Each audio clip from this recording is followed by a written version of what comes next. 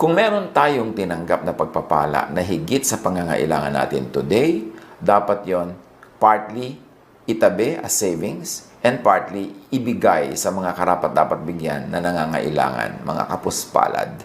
Give them to the needy, to the weak and the poor, and give them to the deserving. Kaya sobra yon, hindi para lamang sa'yo. Meron kang dapat i-save para sa future mo at meron ka rin dapat i-share. Save. Dapat ang tao marunong mag-save.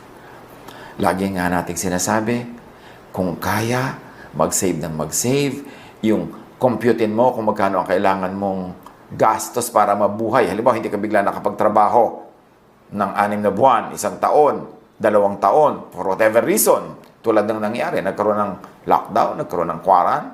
So, may mga taong nawala ng mga opportunity to work.